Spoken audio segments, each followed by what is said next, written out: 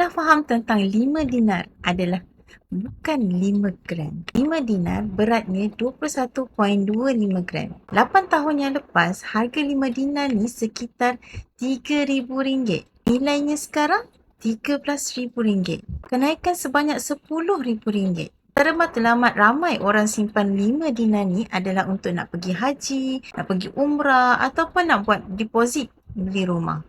Puan nak dapatkan 5 dinar ni mungkin tak mampu untuk dapatkan sekaligus RM13,000. Jadi berita baiknya adalah Public Gold ada sediakan satu akaun, namanya akaun emas cap. Tuan-puan boleh menabung serendah RM100 yang membolehkan tuan-puan untuk menabung 1 gram 1 bulan.